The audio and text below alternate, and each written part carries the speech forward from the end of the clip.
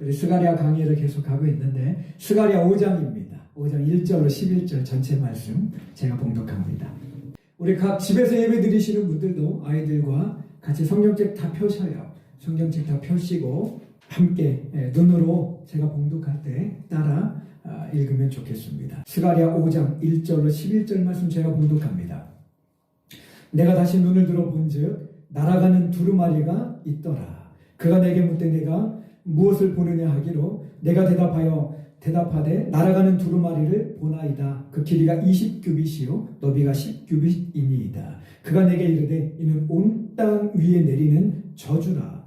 도둑질하는 자는 그 이쪽 글대로 끊어지고 맹세하는 자는 그 저쪽 글대로 끊어지리라 하니 만군의 여호와께서 이르시되 내가 이것을 보냈나니 도둑의 집에도 들어가며 내 이름을 가리켜 망령되이 맹세하는 자의 집에도 들어가서 그의 집에 머무르며 그 집을 나무와 돌과 아울러 사르리라 하셨느니라 하니라. 내게 말하던 천사가 나와서 내게 이르되 너는 눈을 들어 나오는 이것이 무엇인가 보라 하기로 내가 묻되 이것이 무엇이니까 하니 그가 이르되 나오는 이것이 에바이니라 하시고 또 이르되 온 땅에서 그들의 모양이 이러하니라. 이 에바 가운데에는 한 여인이 앉았느니라 하니 그때 둥근 납조각이 들리더라. 납한 조각이 들리더라. 그가 이르되 이는 악이라 하고 그 여인을 에바 속에 던져놓고 납조각을 에바 악 위에 던져 덮더라.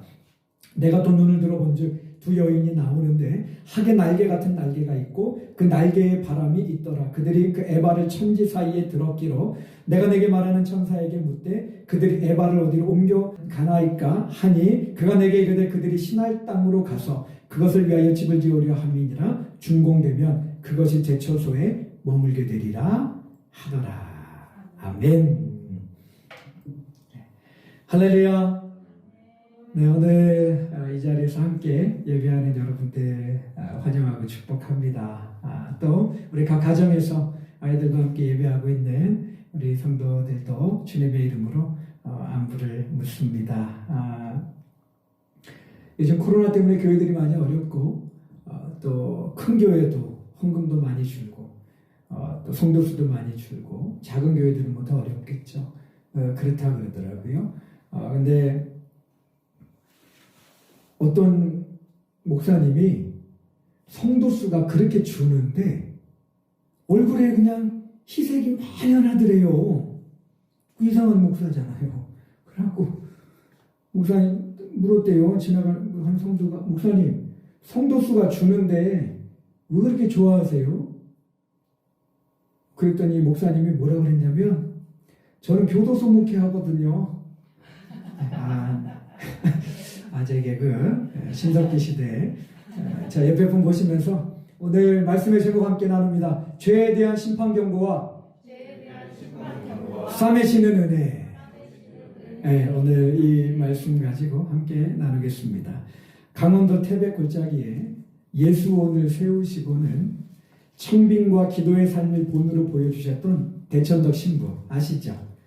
저도 예수원을 오래전에 가봤는데 이분 살아계실 때 같이 가서 3박 4일 묵으면서 같이 또 중보기도 하고 그랬던 기억이 있습니다. 이 대천덕 신부께서 지금은 고인이 되셨어요. 현대인과 교인들의 탐심에 대해서 이런 경고의 말을 하신 적이 있습니다. 들어보세요. 탐욕이 인간의 모든 삶을 지배하고 있습니다. 현대사회는 온갖 수단을 다 동원 소비자를 충동하고 유혹, 필요 이상으로 자꾸 사도록 요구합니다. 자꾸 사고 싶고 더 갖고 싶은 것이 사람의 마음입니다. 이 탐하는 마음이 우상숭배입니다. 현대사회는 하나님이 아니라 돈을 섬기는 사회가 되었습니다. 그런데 교회 안에서도 이러한 세상 풍조를 따르는 사람들이 많습니다. 탐욕을 버리지 못하며 심지어 자신의 탐욕을 채우기 위해 예수를 믿는 부자복음에 물든 사람들의 심리는 이렇습니다. 예수를 믿기만 하면 구원을 얻으니 나는 신자로서 만족한다. 나는 예수님의 완전한 제자가 될 수 없다. 결국 내가 예수를 믿는 것은 지옥 가지 않기 위해서이다. 지옥에 가지 않으려고 예수 믿는 사람, 지옥이 무섭고 심판이 두려워 마지못해 예수 믿는 사람들은 비겁한 사람들입니다. 그렇게 믿기에 삶은 전혀 변하지 않습니다. 예수를 자기 성취와 야망의 도구로 삼습니다. 삶의 변화가 없습니다. 예수를 위한 삶, 타인을 위한 삶이 존재하지 않습니다. 자기중심적입니다. 이기적입니다. 성경은 이런 사람들은 지옥 간다고 분명히 말합니다. 탐심 있잖아요. 예. 물질에 대한 욕심, 돈에 대한 욕심, 이것에 사로잡혀 살면 예수님의 참 제자로 살 수 없다는 신부님의 말이 묵직하게 다가와요. 오늘 본문에는 두 가지 환상이 등장합니다. 여러분 읽을 때 무슨 말인지 하나도 모르겠죠? 네, 이게 뭐야? 네, 그래서 제가 읽는 거예요. 자, 두 가지 환상이 나오는데 하나는 날아가는 두루마리 환상입니다. 날아가는 두루마리 환상이고 다른 하나는 에바 속 여인의 환상인데 이 환상들은 이 앞에 나왔던 희망의 말씀들과는 결이 좀 다른 포로민들 안에 있었던 죄악에 대한 하나님의 심판 선언에 대한 환상이에요. 자, 먼저 1절과 4절에 보면 날아가는 커다란 두루마리 환상이 나옵니다. 여기 제가 띄워놨죠. 이 두루마리는 이 길이가 9m, 폭이 4.5m나 되는 큰 것이었는데 그 크기보다 중요한 건 그 안에 담겨있는 심판과 저주의 말씀입니다. 그렇다면 이 날아가는 두루마리가 지적하는 저주받을 죄는 뭘까? 3절에 보면 두 가지로 나오는데 그건 따라하겠습니다. 도둑질과 거짓 맹세다. 네, 우리 3절 말씀 한번 읽겠습니다. 3절 시작. 그가 내게 이르되 이는 온 땅 위에 내리는 저주다. 도둑질하는 자는 그 이쪽 글대로 끊어지고 맹세하는 자는 그 저쪽 글대로 끊어지리라 하니. 여러분 귀한 민들 안에 두 가지 죄가 있었다는 거예요. 하나는 도둑질이고 하나는 거짓 맹세입니다. 이 도둑질이라고 하는 건 바벨론에서 예루살렘으로 돌아와 겪어야 했던 궁핍한 현실로 인해서 정직하지 못한 상거래로 이웃의 것을 귀한 민들이 취한 것과 하나님께 올려드려야 될 것을 취한 그들의 죄악을 의미합니다. 하나님은 모세와 솔로몬을 통해 성경에서 이렇게 말씀하셨어요. 우리 성경 구절 좀 띄워주세요. 함께 읽습니다. 레위기 말씀부터 시작. 공평한 저울과 공평한 추와 공평한 에바와 공평한 신을 사용하라. 나는 너희를 인도하여 애굽 땅에서 나오게 한 너희의 하나님 여호와니라. 속이는 저울은 여호와께서 미워하셔도 공평한 추는 그가 기뻐하시느니라. 한결같지 않은 저울추는 여호와의 미워하시는 것이요 속이는 저울은 좋지 못한 것이니라. 무슨 말이에요?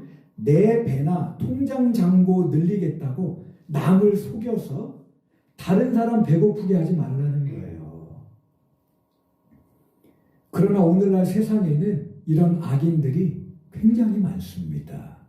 여러분 코로나 대란 때 올 초에 물 들어왔을 때 뭐 해야 된다고요? 노조해야 된다고 마스크 가격을 담합하고 사재기를 하고 사기를 해서 얼마나 많은 사람들이 폭리를 취했습니까? 내 배 부르자고 타인을 힘들게 만든 거잖아요. 또 우리나라 국회의원들 잘하는 거 있죠. 자기들한테 불리한 법은 다 잘라버리고 그리고 부동산 투기를 조장하는 법을 통과시켜서 23억 차익을 기록한 국회의원도 있고 뇌물과 권력을 동원해서 사업권을 따내서 자기 패를 불린 이번에 모 국회의원도 있고. 여러분 이게 뭐냐면 다 하나님의 심판받을 도둑질이라는 겁니다. 이중장부 써서 세금 탈루하고 이런 것들 투기하고. 근데 여러분 하나님은 이런 죄가 이방인들이 아닌 귀한 민들 안에 있었다라고 하셨고, 여러분 마찬가지로 오늘날에도 보면 성도란 이름표를 달고 거짓말하며 남을 속이고 사는 교인들이 한국교회 안에 많아요. 여러분 제가 전에 사역하던 교회에서 어느 날 교부 식구가 찾아왔어요. 찾아오더니 저한테 뭘 하나 써달래요. 확인서를. 써드릴게요. 뭡니까? 그랬더니 자기 자녀가 그 교회 안 나왔거든요. 부모님만 나왔는데 저한테 뭐라 그러냐면 우리 자녀가 이번에 기독교 회사에 좀 입사하고 원서를 내야 되는데 추적한다고 확인서를 써달라는 거예요. 제가 써줬을 것 같습니까? 안 써줬을 것 같습니까? 네, 그 못하겠습니다. 하나님께서 기뻐하지 않습니다. 그랬더니 여러분 교회 떠났어요. 교회 옮기더라고요. 건축이 안 되는 곳에 수양관을 건축하겠다고 공무원에게 뇌물 주고 뭐 건축하는 그것도 텔레비에 나오고 그랬잖아요. 교회가. 교인들 중에도 이중장부 써서 세금 탈루하고 투기하며 아파트값 담합하는 교인들 없겠어요? 경제적 이익을 위해 남을 속이는 교인들이 없겠냐는 겁니다. 이게 다 하나님이 말하는 오늘 본문에 나오는 도둑질하는 죄라는 거예요. 여러분 문제는 잘 보세요. 문제는 과거 포로민들은 귀환한 후에 황폐한 예루살렘에서 먹고 살기가 힘드니까 너무 힘드니까 그냥 어려워서 그랬다고 하나 오늘날 교인들은 나름 먹고 살만해요 다. 근데 더 갖고자 하는 욕심에 그런 일을 벌이는 이들이 많다는 거예요. 목구멍이 포도청이라 남을 속이는 것에 대해서도 심판하시겠다는 하나님의 기준으로 볼 때 살만한데 더 주겠다고 투기와 불법을 일삼는 교인들을 바라보는 하나님의 마음은 어떠하시겠습니까? 자, 이렇듯 나 살자고 남의 것을 도둑질한 이들이 하나님의 것인들 가만두겠냐는 거예요. 그래서 이들은 하나님의 것도 도둑질했습니다. 말라기에 보면은 하나님의 것을 이들이 도둑질했다 그러면서 11조에게 나오잖아요. 먹고 살기 힘드니까 내일에 대한 불안함에 하나님께 드려야 될 것까지 자기가 그냥 다 가져버린 거예요. 여러분 이런 현실을 증명하듯 오늘날에도 경제가 어려워지면 가장 먼저 줄이는 게 헌금이랍니다. 그리고 끝까지 안 줄이는 게 아이들 교육비래요. 하나님께 드리는 걸 아까워하고 나를 위해 쓰는 돈은 아까워하지 않는 삶이 하나님의 것을 도둑질하는 건데 여러분 사흘 굶어 당장 안 넘을 사람 없다고 귀한민들의 삶이 힘든 건 사실이었어요. 정말 힘들었어요. 예루살렘에 뭐가 있어요? 돌아와 보니까 아무것도 없어요. 황폐해져 있고 거기다가 그걸 땅을 읽어갖고 뭐 심고 콩 심고 노시 했는데 이게 너무 힘든 거죠. 그러나 그래도 하나님의 책임지심을 믿으며 그들은 정직하게 살고 이웃을 돌보며 살았어야 됐는데 그렇지 못했습니다. 자, 두 번째 죄는 거짓 맹세예요. 이 거짓 맹세는 뭐냐면은 귀한민들이 하나님께 한 성전 재건에 대한 맹세를 뜻합니다. 당시 포로 귀한민들은 예루살렘을 향하면서 하나님 앞에 이렇게 맹세했습니다. 하나님, 예루살렘에 도착하면 제일 먼저 힘을 다해 반드시 성전 재건을 이루고야 말겠습니다. 하지만 고국으로 들어와서 딱 첫 삽되자마자 지난 시간 나눴죠. 바로 대적들에 의해서 성전 재건이 막히니까 나중에 어떻게 돼요? 아니 모르겠다. 그냥 나나 먹고 살자. 그리고 거기에 몰두해버리죠. 16년 동안이나 성전 재건이 중단이 됩니다. 여러분 우리 역시 하나님 앞에서 자주 거짓 맹세 안 해요? 하나님 제발 이 위기만 넘기면 제가 이 불타는 뜨거움으로 옆에 성도 다 태워버리겠습니다. 이 사업만 좀 어떻게 좀 잘 되면 복음 전파와 구제, 선교, 선봉에 앞장서겠습니다. 그렇게 해놓고 은혜로 잘 되고 나면 나중에 어떻게 돼요? 모르세요. 제가 잘 아는 저와 가까운 권사님이 한 분 계세요. 한때 이분의 사업이 망해서 갈 데가 없었대요. 오갈 데가 없을 때 어느 장로님 가정의 도움을 얻어서 그 집에서 무상으로 거주했었대요. 그 일을 겪으면서 이 권사님이 하나님 앞에 이렇게 기도했답니다. 하나님, 하나님께서 제 사업을 다시 일으켜주시면 저도 어려운 교인을 돕겠습니다. 그 후에 하나님의 도움으로 이 권사님이 재개했는데 지하방에서 어렵게 살던 교인을 본인이 산 건물에 들여서 무상으로 살게 지금도 하고 있어요. 약속을 지킨 거죠. 본문에 보면 도둑질과 거짓맹세 모두 분사형입니다. 히브리어의 분사형은 한 번 하고 만 게 아니라 계속해서 하고 있는 거예요. 귀한민들이 한두 번 그리 산 게 아니라 반복해서 그 죄를 거듭하고 있었다는 뜻입니다. 여러분 이런 그들을 하나님께서 가만두실 리 있겠습니까? 4절 말씀 보세요. 4절을 통해 경고하십니다. 4절 말씀 만군의 여호와께서 이르시되 내가 이것을 보냈나니 도둑의 집에도 들어가며 내 이름을 가리켜 망령되이 맹세하는 자의 집에도 들어가서 그의 집에 머무르며 그 집을 나무와 돌과 아울러 사르리라 하셨느니라 아니라. 여러분 이 두 가지 죄로 인해서 집뿐 아니라 그 집안에 속한 모든 나무까지 다 불태워버리겠다는 거예요. 무서운 말씀이죠. 여러분 오늘날 교인들의 가장 큰 문제가 뭔지 아세요? 그건 하나님을 갖다가 맘 좋은 동네 아저씨 같은 분으로 생각해서 이렇게 살고 세상 사람처럼 똑같이 살아도 괜찮겠지 하나님 자비와 긍휼이 무궁하신데 어떻게 하시겠어? 하면서 좀처럼 죄의 길에서 돌이킬 줄 모른다는 거예요. 여러분, 그러나 척박한 환경 속에 있던 귀한 민들이었으나 그 죄를 신랄하게 지적하며 돌이키지 않을 경우 심판을 선언하시는 하나님 앞에서 따라하겠습니다. 나는 죄 짓는 것을 우습게 여기면 안 된다. 여러분, 밧세바를 간음하고 충신 우리아를 갖다 남편 충신 우리아를 기획살인한 다윗을 향해서 하나님께서 나단을 통해 뭐라고 선언하십니까? 다윗은 하나님의 마음에 합한 자였어요. 그런 평가를 들은 사람이 성경에 몇 명이나 됩니까?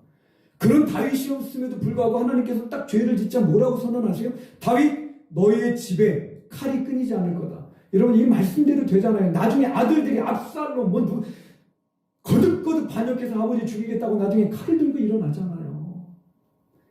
여러분, 죄가 이렇게 무서운 거예요.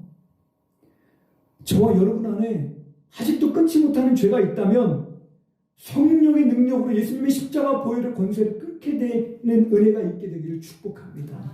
그리고 죄와 싸우되 피 흘리기까지 히브리서 기자가 얘기한 것처럼 싸우 거룩을 이뤄가게 되기를 축복합니다. 이은 5절로 11절은요, 에바 속에 들어가 있는 여인에 대한 환상입니다. 에바가 뭐냐면 큰 그릇인데 이것 역시 심판에 대한 환상이에요. 이 에바 속에 저 여인이 상징하는 바는 뭐냐면 악입니다. 악. 이 악은 앞에서 다룬 것처럼 이스라엘 백성들이, 귀한 민들이 거짓말하고 남을 속이고 도둑질하고 그 다음에 거짓 맹세했던 거예요. 자, 근데 이 악을 갖다가 하나님께서 커다란 에바 속에 집어넣고 그냥 뚜껑을 닫아버리는 그런 환상입니다. 이것 역시 포로민들 안에 터줏대감처럼 자리 잡고 있었던 탐욕, 물질에 대한 욕심을 하나님께서 심판하시겠다라고 하는 말씀입니다. 동족들이, 같은 어려운 동족들이 더 어려움에 빠지든 말든 그냥 탐욕에 내 배만 채우려고 안간힘을 썼다는 겁니다. 자, 이것을 통해 우리는 교인들도 얼마든 탐심에 빠져서 추한 몰골로 살아갈 수 있음을 알게 돼요. 골로새서 3장 5절 말씀 우리 함께 읽겠습니다. 골로새서 3장 5절 시작. 그러므로 땅에 있는 지체를 죽이라. 곧 음란과 부정과 사욕과 악한 정욕과 탐심이니 탐심은 우상숭배니라. 탐심이 뭐라고요, 여러분? 우상숭배라는 거예요. 오늘날 그리스도인들을 보면 눈에 보이는 우상에 대한 적개심은 과할 정도로 셉니다. 얼마 전에 몇 해 전인가요? 봉은사 들어가갖고 그 무너지라고 기도하다 걸려갖고 그냥 하려면 걸리지나 말든가. 그리고 막 불상을 막 훼손시키고 당분상에 막 X자 치고 이런 사람들이 있잖아요. 그러나 여러분, 정작 눈에 보이는 우상보다 더 강력한 완력으로 우리의 멱살을 움켜쥐고는 온갖 죄로 잡아끄는 우상인 탐욕에 대해서는 완전히 한국교회 교인들이 빗장 풀고 살아가요. 여러분, 그러나 성도가 타파해야 할 제1의 우상은 눈에 보이는 불상이나 단물상 이런 것 이전에 하나님을 등지게 만드는 가장 강력한 우상임에도 그것으로 인식되지 않는 탐욕이라는 무형적인 우상입니다. 자, 질문 하나 드려볼게요. 대답해 보세요. 자, 오늘 나로 이웃을 속이고 착취하며 창조세계를 파괴하는 비성경적 삶으로 잡아 끌어내리는 우상이 여러분 불상이고 단문상입니까? 아니면 목구멍까지 차오른 내 속에 탐욕이라고 하는 우상입니까? 여러분, 뭐가 나를 타락시켜요? 여러분, 불상 때문에 우리가 타락합니까? 아니면 내 안에 탐욕 때문에 내가 타락합니까? 탐욕이 더 강하고 경계해야 될 우상이라는 거예요. 또 예를 들어 볼까요? 텅 빈 충만을 말하며 무소유를 주장하는 법정 스님이 나를 하나님과 이웃에게서 멀어지게 하는 우상입니까? 아니면 복복하며 긍정의 힘으로 하나님을 조종해서 세상 무기영화를 다 내 것으로 만들 수 있노라고 열변을 토하는 거짓 설교자들이 나를 지옥으로 잡아끄는 우상입니까? 여러분, 뭐가 더 우리가 경계해야 될 우상이에요? 탐욕 우상의 볼모로 잡힌 조국교회 현실에 대해 김기성 목사님은 이렇게 지적하며 대안을 제시했습니다. 탐욕이 지배하는 세상의 영혼을 빼앗겨버린 이들은 하나님의 말씀을 적당히 왜곡하거나 입맛에 맞게 변형시켜 소비합니다. 십자가는 도처에 서 있지만 하나님의 말씀은 경청되지 않습니다. 우리 욕망을 거스르는 말씀은 외면당하기 일쑤입니다. 설사 듣는다 해도 삶으로 살아내기 위해 치열하게 노력하는 이들은 많지 않습니다. 교회의 진정한 부흥은 예수 정신을 따르는 사람들이 늘어나는 것입니다. 저마다 풍요와 독점과 지배를 추구하는 세상에 살면서도 청빙과 나눔과 섬김을 의도적으로 선택하는 이들이 하나둘 늘어날 때 교회는 비로소 살아있는 공동체가 됩니다. 자기 확대의 길이 아닌 자기 증여라는 예수의 길을 걷는 이들이 하나둘 늘어나는 교회의 부흥을 나는 꿈꿉니다. 아멘. 여러분, 복음으로 사는 것은 남보다 더 풍요롭게 사는 게 아니라 남들과 다르게 사는 거예요. 특히 풍요와 재물이 신이 된 세상에서 덜 소유하려 하고 많이 가졌어도 적게 누리며 덜 소비하고 더 나누며 사는 것, 창조세계 보존을 위해 불편과 절약의 삶을 자처하는 것, 이것이 바로 주님의 뒤를 쫓아가는 참된 신앙인의 길인데, 우리 옆에 분들 보시면서 당신의 삶은 어떠십니까? 이렇게 한번 물어보세요. 할 말 없습니다. 오늘 목사님 왜 이렇게 때리나 우리를. 아이고, 듣기 힘드네. 근데 여러분, 여기서 반전이 있어요. 아까 설교의 제목이 뭐였어요? 죄에 대한 심판경과 그 뒤에 보면 뭐가 나와요? 싸매시는 은혜. 여러분, 오늘 말씀에 반전이 있어요. 자, 여러분, 하나님을 위해 시온으로 돌아온 귀한 민들이 오히려 탐심의 노예가 되어 이웃의 것을 속여 뺏었고 하나님께 드려야 할 것까지 입말 포켓하며 살았으니 이들을 바라보시는 하나님의 눈이 이글이글 화염으로 뒤덮이지 않았겠었습니까? 상황이 이랬으면 하나님께서 그들을 엄히 책망하심을 넘어 그에 상응하는 벌을 내리셨어야 마땅합니다만 9절로 11절에 보면 그들의 그 허물을 또 덮어주시는 하나님의 은혜가 나와요. 9절에 보면 학의 날개를 가진 두 여인이 나옵니다. 저 학의 날개를 가진 두 여인은 하나님의 명령을 받은 천사를 뜻합니다. 근데 이 학의 날개를 가진 두 천사가 아까 봤을 때 에바의 악을 상징하는 여인을 집어넣고 뚜껑을 덮었잖아요. 그 악을 갖다가 저기 보면 예루살렘에서 어디로 옮기냐면 신할 땅으로 옮깁니다. 여러분, 신할은 어디를 뜻하냐면 바벨론을 의미해요. 저 바벨론은 그 옛날 사람들이 창세기 11장에서 바벨탑을 쌓았던 장소로 일컬어지는 악의 소굴입니다. 그러니까 이게 무슨 환상이냐면 하나님께서 예루살렘에 있는 죄악을 갖다가 천사를 통해 저 악의 땅으로 옮겨버리심으로 예루살렘을 어떻게 해주시는 거예요? 다시 덮어서 용서하시고 깨끗게 해주실 거라는 환상이 바로 저 환상의 의미입니다. 할렐루야. 여러분, 죄로 인해 망해서 바벨론의 포로로 끌려간 아픔의 역사를 가지고 있었으면서도 귀한 후 여전히 조상들의 죄를 지으며 하나님의 마음을 아프게 했던 이스라엘이었어요. 세상에서 가장 불행한 사람은 실패한 사람이 아니라 실패를 통해 못 배우는 사람이라고 그러잖아요.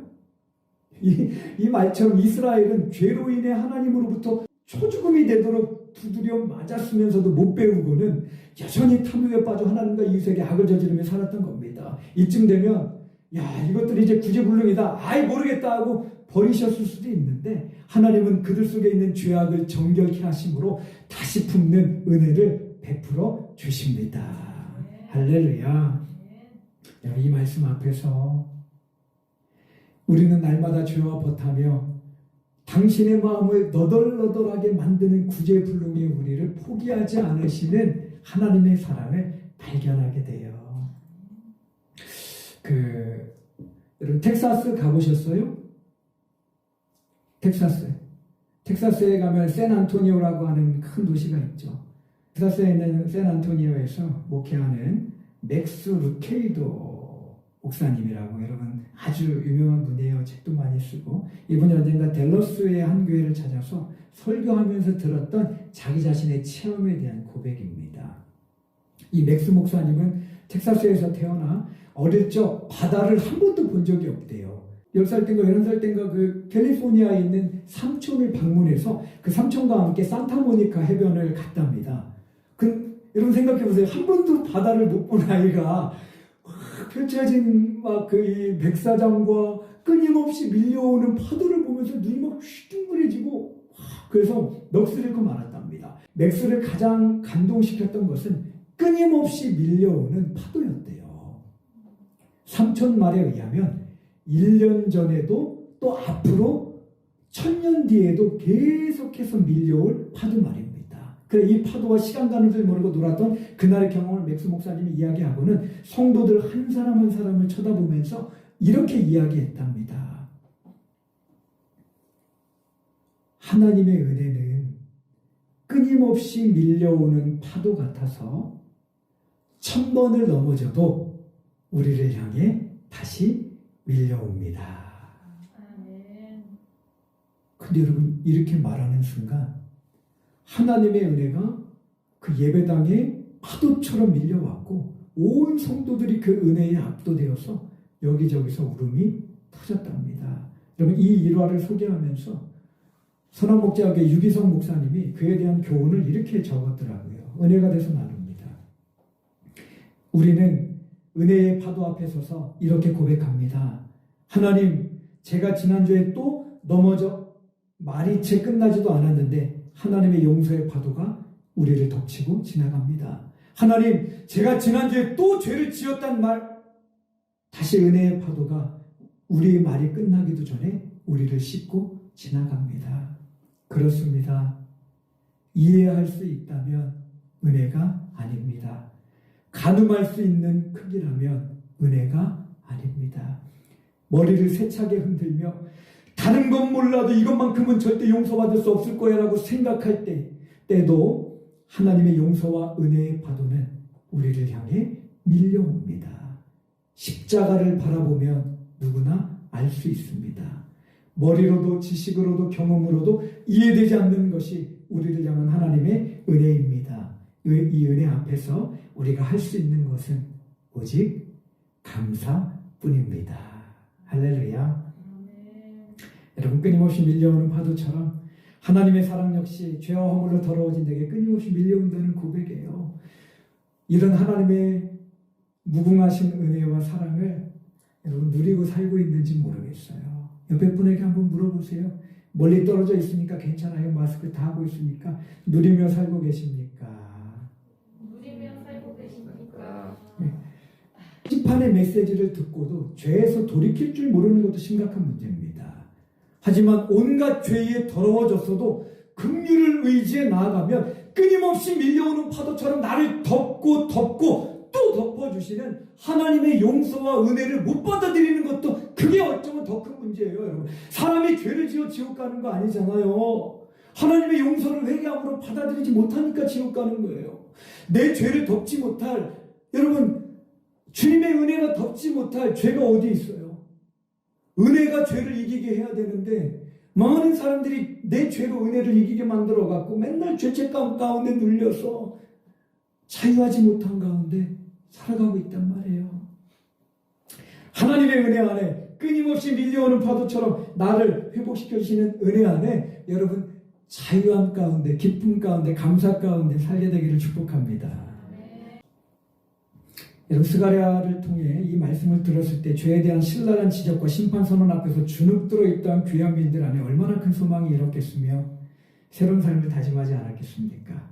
하나님께서 우리를 포기하지 않으셨구나. 참 감사하다. 그렇다면 은혜 받은 사람답게 이제는 과거의 도둑질과 거짓말, 맹세, 탐욕을 버리고 하나님과 이웃을 사랑하는 거룩한 사람이 되어야 하겠구나. 여러분 결국 귀한민들은 자신들의 허물을 덮으시는 하나님의 긍휼 앞에서 죄악을 버리고는 다시 성전 재건에 매진해서 여러분 성전을 아름답게 재건하게 됩니다. 스가랴서 첫 설교에서 회개에 대해서 제가 나누며 회개에 합당한 열매 맺는 삶이 중요하다고 했는데 귀한민들이 바로 회개에 합당한 열매를 맺는 삶으로 하나님께 응답한 거예요. 저와 여러분 역시 탐욕과 거짓, 나만 위하는 이기심에서 돌이켜 회개에 합당한 열매를 맺는 삶, 곧 내 것을 아낌없이 드리고 나누어 하나님과 이웃을 사랑하는 삶을 성령님을 의지해 살아내므로 주변을 살리는 생명의 통로가 되기를 축복합니다. 같이 기도하겠습니다. 하나님, 귀한민들 안에 있었던 두 가지 큰 죄악들, 탐욕에서 비롯된 도둑질과 거짓 맹세의 죄악들을 우리가 살펴봤습니다. 하나님, 코로나로 먹고 살기 힘들다고 혹여나 우리 안에 남의 것을 탐하는 마음이나 정직하지 못한 모습으로 불의한 일을 취하는 모습은 없는지 돌아보게 해 주옵소서. 삶이 어렵다고 하나님께 돌려야 할 것 내 주머니에 넣고 하나님이 아니라 돈을 더 의지하며 살고 있지는 않은가 하나님 돌아보게 해 주옵소서. 하나님의 자리를 가장 위협하는 우상이 하나님 탐욕임을 잊지 말게 해주시고 물질이 아니라 하나님을 의지하며 살게 하여 주옵소서. 이런 또 죄를 반복해서 지었던 구제불능의 이스라엘이었으나 하나님께서 그들의 허물을 덮어주셨던 것처럼 하나님 그 사랑이 있기에 오늘도 우리가 살아갑니다. 하나님이 우리의 죄를 낱낱이 하나하나 들춰내시면 우리가 하나님 앞에 어떻게 고개 들고 설 수가 있겠습니까? 그렇지만 내가 용서했다. 내가 다 잊어버렸다. 내가 또 너를 품었다. 내가 너를 사랑한다. 말씀하시는 그 음성이 있기에 오늘도 다시 일어납니다. 하나님 감사합니다. 우리 성도들 그렇게 사랑의 샘에 풍덩 잠기게 하여 주시고 회개에 합당한 열매, 은혜에 합당한 삶으로 보답하여 하나님께 영광되게 하여 주옵소서. 예수님의 이름으로 기도합니다.